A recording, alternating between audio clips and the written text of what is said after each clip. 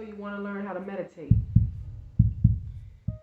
So I bring this topic up today in the Science of Peace because I noticed that over the summer I was teaching a mindfulness program to, I work with juveniles within a detention center at times. And over the summer I did a mindfulness workshop and meditation. So I was teaching them how to meditate. And I noticed that a lot of the staff, a lot of the other teachers and the correctional staff were very interested in learning how to meditate. I feel like that would be a good topic to talk about. Just on a beginners type basics of meditation. And I will show you some clips from Deepak Chopra, who gave a great, I feel like it was a great understanding that I have found on YouTube. And I'll throw a couple clips in there so that you guys can see what I'm talking about. But I felt like it gave me a greater understanding of meditation, and I feel like anybody who watches it will have a greater understanding of meditation. So first off, I always like to talk about etymology, which is the study of words, the study of the root of words. So where did the word originate, come from? So the word meditation literally means to become familiar with. What are you becoming familiar with? Well, you're becoming familiar with yourself, right? Which we know is a ongoing journey, a process that will continue to happen. And you never really reach like a plateau of knowing yourself fully. It's kind of like, an ongoing journey. There's so many things that will be revealed to you. There's so many levels and different frequencies to vibrate on. There's so much mystery within you because you are the universe. You are the universe manifested in a human. You know what I mean? In a person. And there's so many layers to you. So it's an ongoing journey. Meditation is one way to learn more about who you are, learn more about yourself, and kind of opens your third eye in a way that it's like a spiritual awakening, right? A lot of people think you meditate so you don't get angry or so that you can be more peaceful. Yes, these are some of the benefits of meditation. But meditation, it allows you not only to literally raise your vibration, raise the frequency in which you operate on, but it also allows for downloads. So this is how I look at it, right? So it's like the difference between prayer and meditation. So when you pray, you are pretty much, that's you talking to God. And when you meditate, that's how God talks to you. Right? And that could be not just God, but your angels, your ancestors, you know what I mean? Your God, your spirit guides. It's easier for them to communicate with you and drop downloads. So we call them downloads. So anytime you receive a message, or you get like it kind of like builds your intuition, right? You have stronger feelings about things. You're a little bit more knowing. All of these things happen the more that you meditate, right? You start to see the signs and the symbols, because a lot of times our ancestors, our spirit guides, and God, source, higher forces, higher power, communicate through signs and symbols. So you start to recognize more of these signs and symbols when you meditate. And these are just some of the benefits of meditation. There's plenty of health benefits of meditation as well. Of course, it brings more peace into your life. But what I hear a lot of people complain about, and a lot of the staff and the teachers at the detention center that I was working at over the summer, what they often thought was that meditation was that in order for you to meditate, you had to not think. Like, and a lot of the complaints were, well, I can't stop thinking. Of course you can't. You know what I'm saying? And that's normal. You know, it's not a foreign thing. And there's many different ways to meditate. That's another thing. There's not just one way. There's no one correct way to meditate. You know what I mean?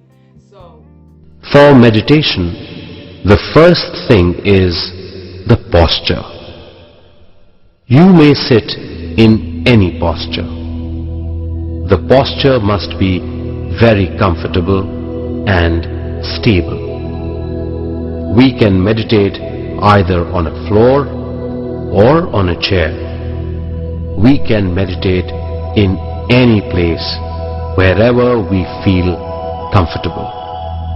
Sit comfortably, cross your legs, clasp your fingers. Now, close your eyes. Stop inner or outer chatter. Don't chant any mantra. Just relax. Totally relax. Just relax. When we cross our legs and clasp our fingers, energy circuit is formed and gives more stability. Eyes are doors of the mind, so eyes should be closed. Mantra chanting or any chattering, inner or outer, are the activities of the mind, so it should be stopped.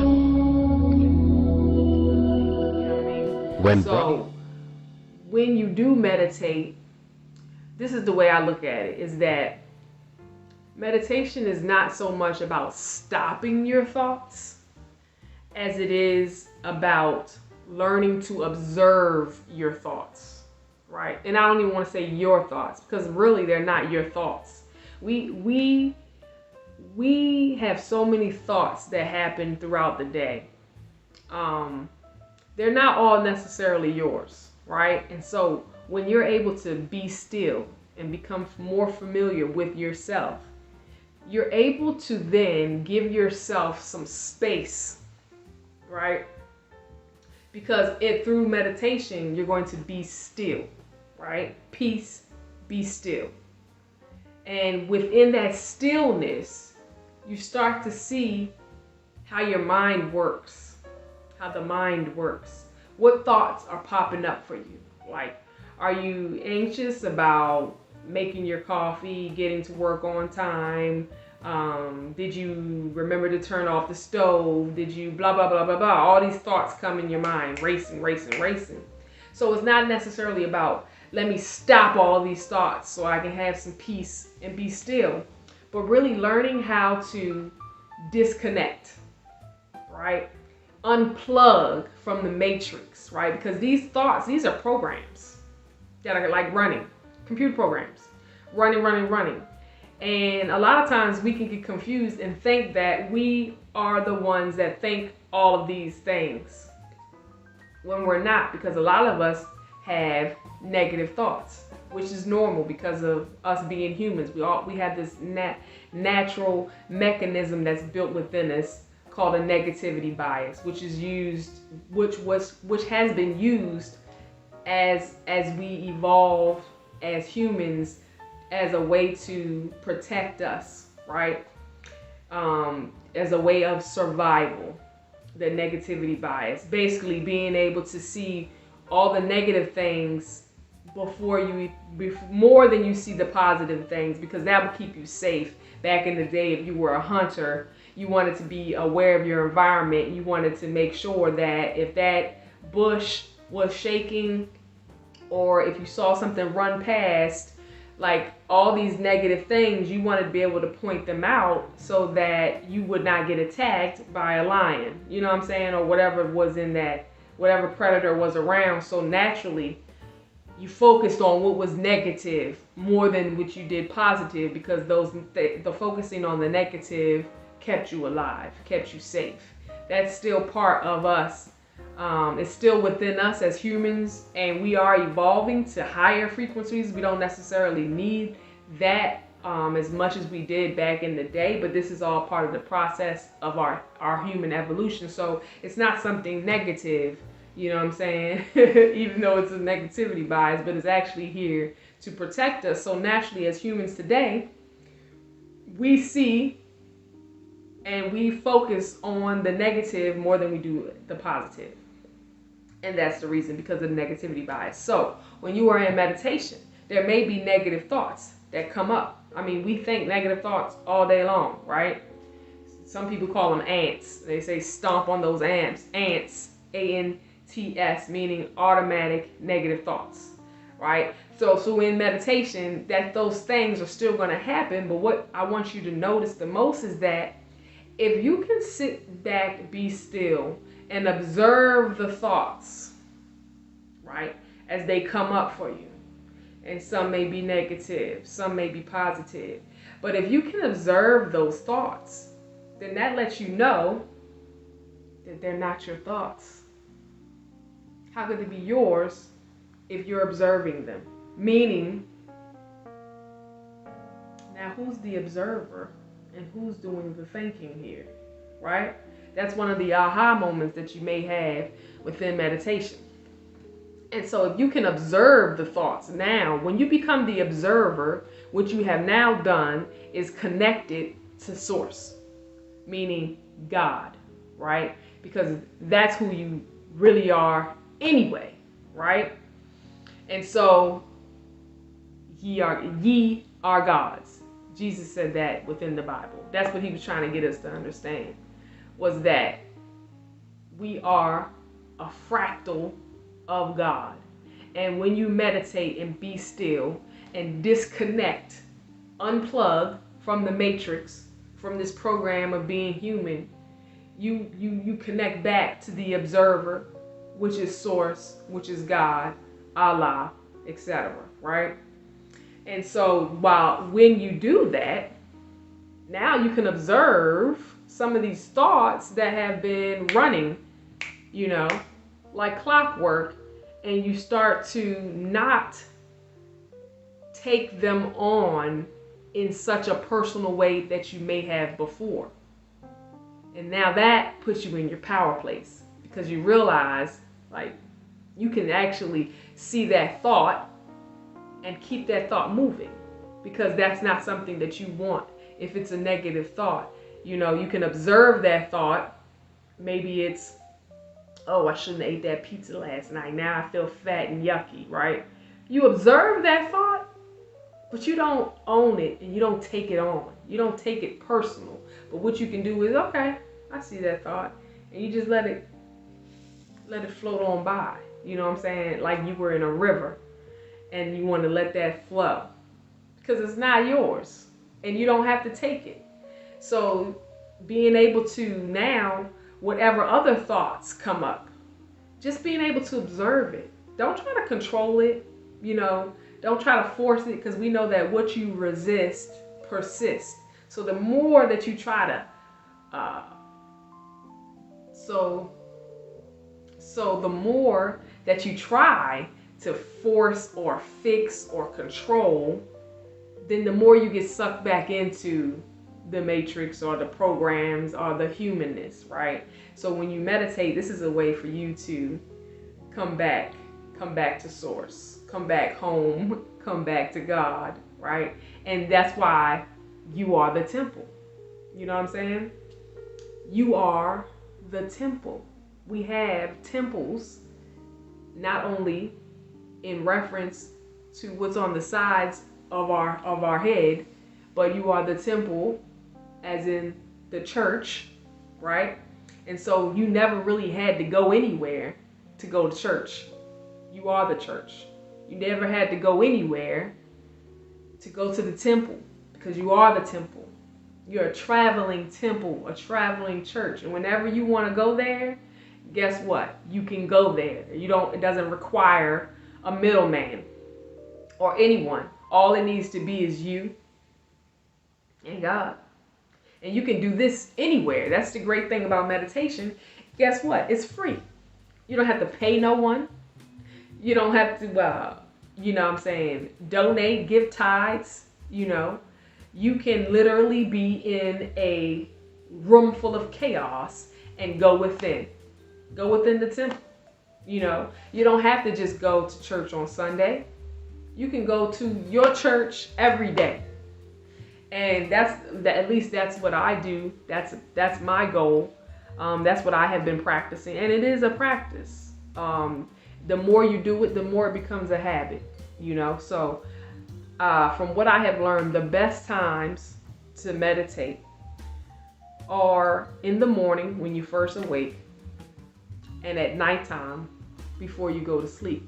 The reason why these are the best times to meditate, not saying it's the only time, because you can meditate whenever you want, but the reason why these are the best times or the better times to meditate is because of the way that your brain waves are operating. So when you first awake, your brain waves are operating. They come out of delta, which is deep sleep, and they move into theta.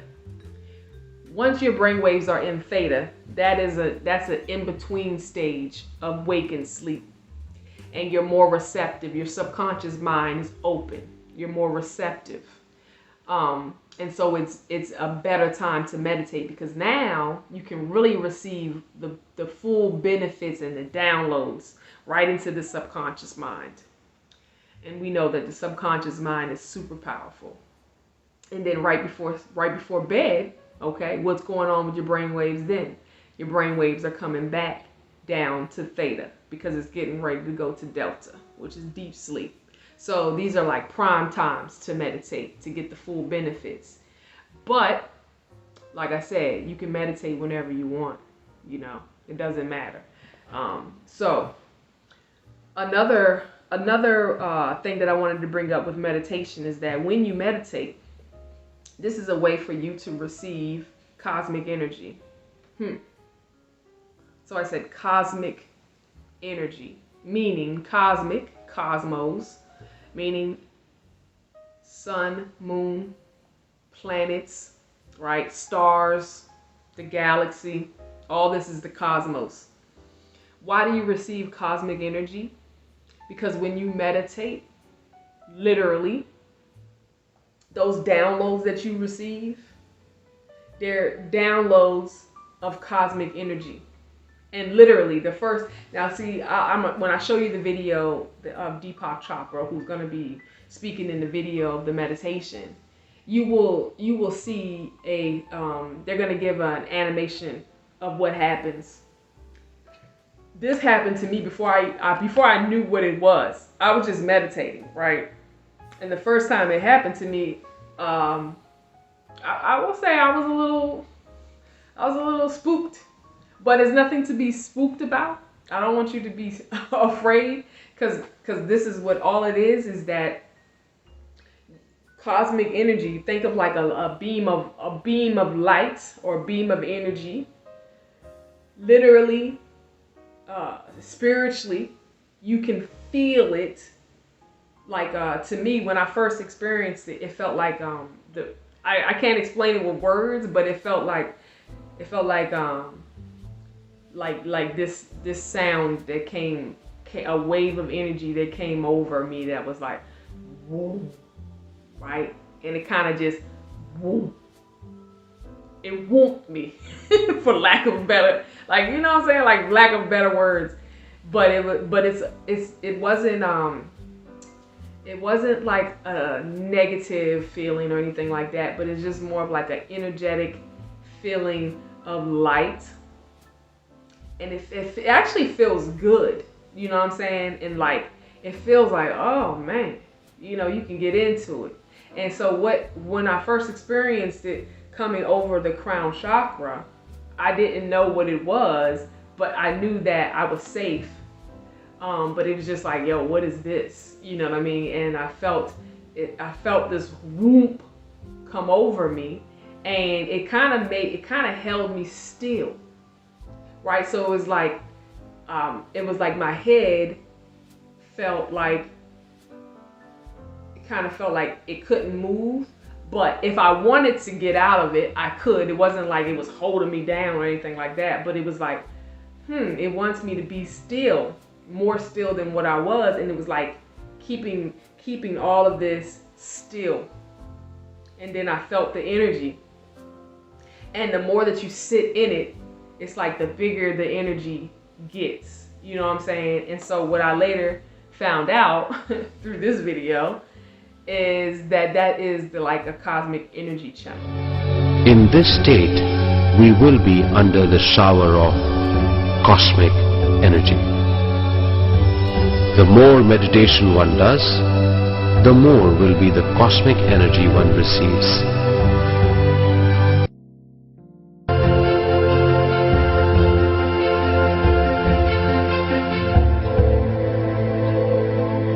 The energy body forms with more than 72,000 nadis or energy tubes which runs all across the body. All these energy tubes start from the top of the head region. This region is called Brahmarandra.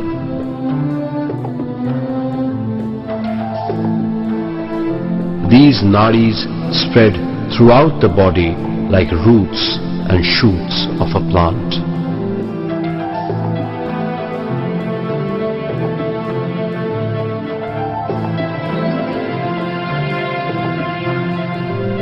The energy body is the main base for the design of our life. This energy body is the main source of all our actions and even our existence. Our energy body receives cosmic energy during deep sleep and meditation. We are using this energy for our body and mind activities like seeing, speaking, hearing, thinking, and all physical actions.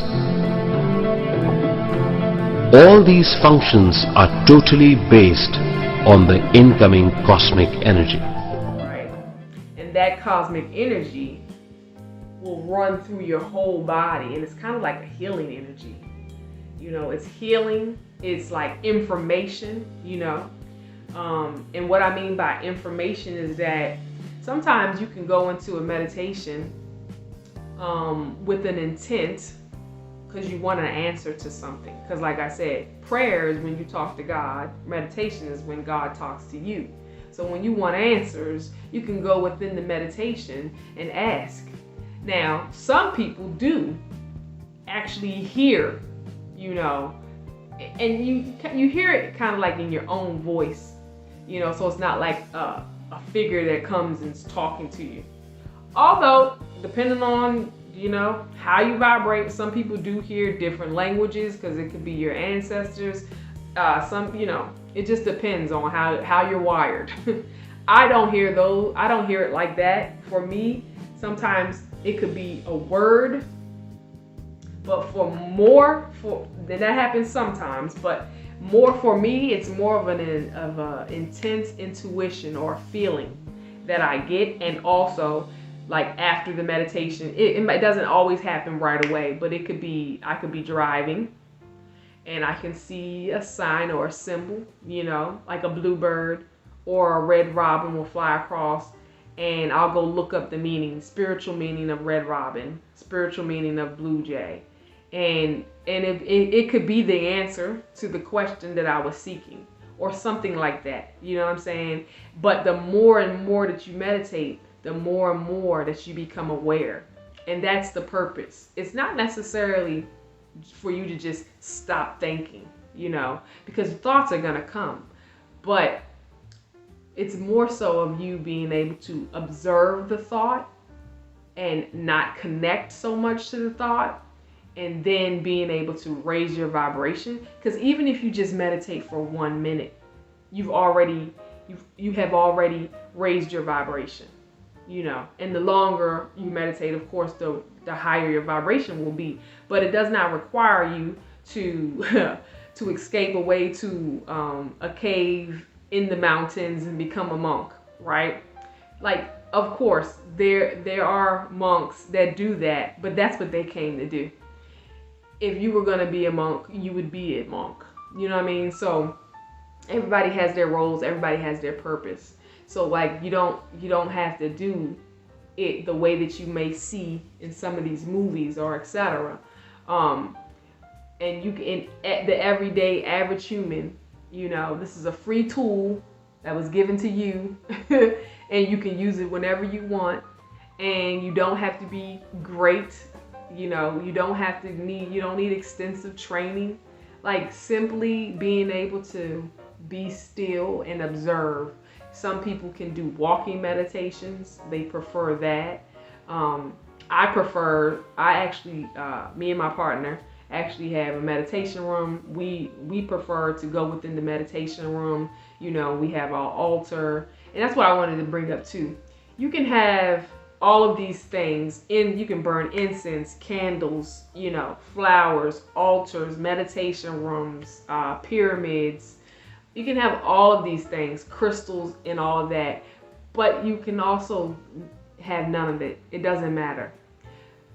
From my current level of understanding, the reason why people use meditation rooms and crystals and incense and all these things, these are ways to entice the senses, right? To put you in the mood, because you got to remember where we are. We're on Earth, and if you haven't noticed, Earth is ghetto, okay? So you just got, you know, vibrate higher. That's what it says on the back of the shirt. So, you know, Earth's a little ghetto. Sometimes you get caught up in it. Sometimes you pick up on them frequencies and the programs, and you gotta unplug. And so if you burn an incense and that aromatherapy from the incense and the candles, if that puts you in a certain mood where you feel more receptive, then do it. You know what I'm saying? It's not mandatory. It's just a way to connect, to take something physical, tangible, and use it to connect, right?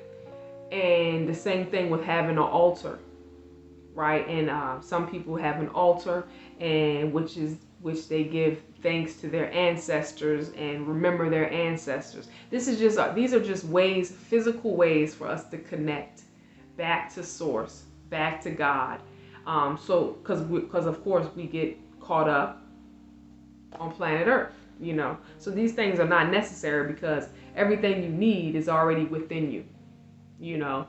And sometimes we forget because we're human. So that's normal. So you may want to use some physical things to put you in the mood or in the spirit, using crystals and all of that, the frequency of the crystals, and you get the point, right? But it's not mandatory is what I'm saying. So meditation is a way for you to raise your vibration, a way for you to awaken the third eye. It's a way for you to heal, because that cosmic energy. So from my current level of understanding, there's 3 ways to receive cosmic energy, right? That's from the foods we eat. Of course, if it's cosmic energy, meaning sun, moon, right, stars, planetary system, then to get the full benefit of foods that have cosmic energy, you need to eat foods that are grown using cosmic energy, meaning foods that are grown using the sun and the moon. And of course the stars have a place in that as well, right? So whole foods, fruits, vegetables, you know what I'm saying? All these get hit by the sun and the moon, and they grow and they have a higher frequency, a higher cosmic energy. So that's the reason why people would say if you eat plant-based, that's more like, if you eat more plant-based foods, then you'll have more cosmic energy. In turn, more cosmic energy means higher frequency, higher vibration. You get the point, right? So cosmic energy from food, you get cosmic energy from sleep. Now that cosmic energy, because when you sleep, it's a form of meditation, but it's an unconscious form of meditation because you're asleep. And then meditation is like a conscious way or conscious form of sleeping in a way. You know what I mean? So sleep, cosmic energy, food, cosmic energy, and then meditation. Third way to receive cosmic energy.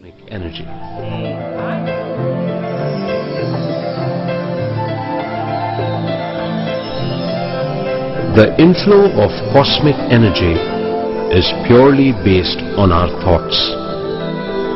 When we have thoughts, the inflow of cosmic energy is obstructed. In other words, our thoughts are the stumbling blocks for the inflow of cosmic energy. When the inflow of cosmic energy is less, the energy in the energy tubes depletes. This depletion causes etheric patches in the energy body. These etheric patches gradually lead to diseases in the physical body. In other words, root cause for all diseases is the lack of energy in the etheric body.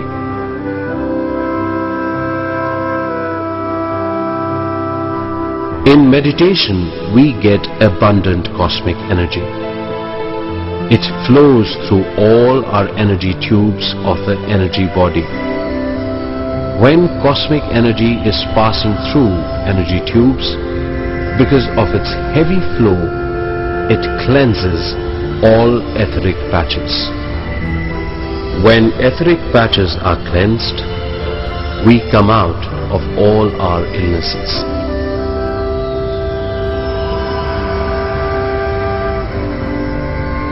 When energy starts flowing through the Brahmarandra, we feel heaviness in the head region or heaviness of the whole body. I have not mastered meditating twice a day, but that's my goal. And I noticed that when I do meditate twice a day, meaning if I always meditate in the morning. It's part of my morning routine. But I noticed that if I meditate at nighttime before sleep, or even when I just get home, if I meditate then, the next day I will have more energy. Almost every time. And I think that that's it's pretty cool, you know, because I noticed the difference with the cosmic energy. It's like I can meditate. I know I meditate every morning. And which is good, but when I meditate 2 times a day, and it's like the later part of the day, I definitely the next day I'm gonna have more energy, and I'll feel more vibrant, you know. And then I notice that when I eat more plants, and I'm not vegan, and I'm not all plant-based either. I do eat some meats from time to time, but I notice that when I eat more plants, when my diet consists of more plants, and that's what I'm working on now. Because I've done everything. I have been vegan. I've done the raw thing. I've been vegetarian. I've been pescatarian. I've been a meat eater. You know what I'm saying? I've done almost every every food thing that you can think of. But I do notice that when my body responds more to when I eat majority plants, right? And so I noticed that I have a lot more energy when I do eat like that, and I'm drinking my water, and I'm meditating twice a day, right? That's when I'm really on it, you know. But like I said, we human, we get caught up in the matrix. I know I do. Programs, you know, and we like to have fun. And sometimes that means that you could be, you know, you can have a drink of wine, alcohol, you know. You might bite a piece of steak, lamb chops, whatever, you know what I'm saying? And that's just part of being human. No judgment. So, but the more that you meditate, that way you'll have more conscious cosmic energy coming to you, especially if you're eating cosmic foods. Cosmic energy, you will receive more from that. And the other part that I wanted to mention was the more that you meditate, of course, the higher your vibration, the higher your frequency, but the more that you'll start to understand who you really are, because you're going to be receiving these downloads. Your intuition is going to increase. You're going to start being directed to certain things that you're seeking, because like Rumi says, that which you seek is seeking you. And what you will start to realize is that you don't really need anything outside of you when you're seeking answers, right? Because you are the guru. And what I mean by that is that literally when you break apart guru is Sanskrit. Gu, if you think about goo like icky sticky, right? Glue, goo. Matter, right? Sticky substance meaning like the atoms. Goo is matter, and ru means remover. And literally the word guru means matter remover. So you are the guru, because what you're literally doing is removing the matter, removing the physical substance, right? And connecting more to source. And that's when you start to have more of a knowing, stand more in your power. Because if Yeshua, Jesus, told us that ye are gods, think about that. And you don't know. We don't know that we're gods. When we start to know, the more you know better, right? You start to seek less of outside and you start to seek more within, right? And that's meditation. So thank you for joining me in the Science of Peace. I hope that I added some value. If I have added some value, please subscribe, like, comment, tell me about your experience with meditation. If you're interested in learning more about meditation and these type topics, please let me know. And if you're interested in doing some type of meditation groups together, definitely hit me up. And I look forward to hearing from you. Peace. My name is Mzz, and I'm out.